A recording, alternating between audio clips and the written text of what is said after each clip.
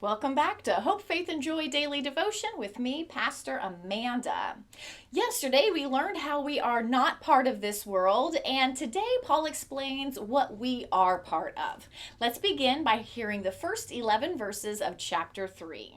So if you have been raised with Christ, seek the things that are above, where Christ is, seated at the right hand of God. Set your minds on things that are above, not on things that are on earth, for you have died and your life is hidden with Christ in God. When Christ, who is your life, is revealed, then you also will be revealed with him in glory. Put to death, therefore, whatever in you is earthly: fornication, impurity, passion, evil desire, and greed, which is idolatry. On account of these, the wrath of God is coming on those who are disobedient. These are the ways you also once followed when you were living in that life.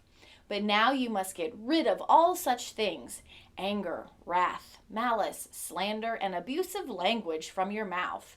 Do not lie to one another, seeing that you have stripped off the old self with its practices and have clothed yourselves with the new self, which is being renewed in knowledge according to the image of its Creator.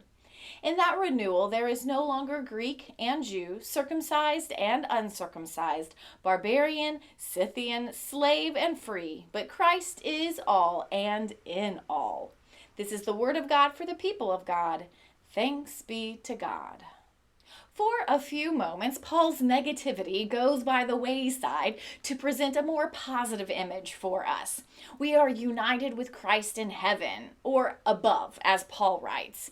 He tells us and the church of Colossae to focus on the things of heaven rather than the things of earth.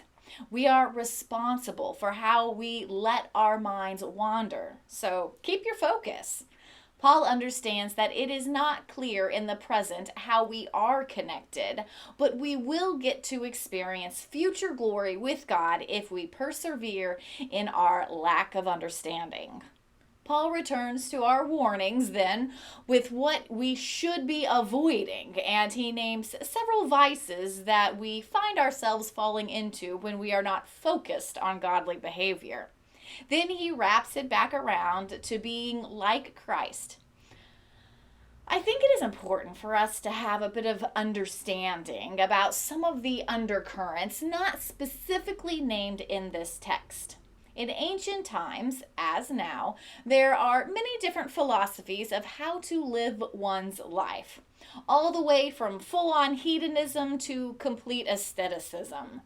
In both of these extremes, we are either punishing or overindulging our physical bodies. And Paul says neither of these are what the people need to be thinking about. We need to think about our spiritual bodies. We should not treat our bodies in an extreme manner because it is spiritually unhealthy. And the fact is, we all know this. You eat too much or too little, your body suffers. You do too much exercise or no exercise at all, your body is harmed. Anything in its extreme or that has too many rules or too few is not good for the spiritual well-being of a person. Where do you need to seek moderation and more of a balance in your life? Do you work too much or work too little? Do you have too many hobbies or none at all? How are you seeking to improve your spiritual well-being to be more at one with God? Thanks for joining me, and I will see you in the next Hope, Faith, and Joy Daily Devotion.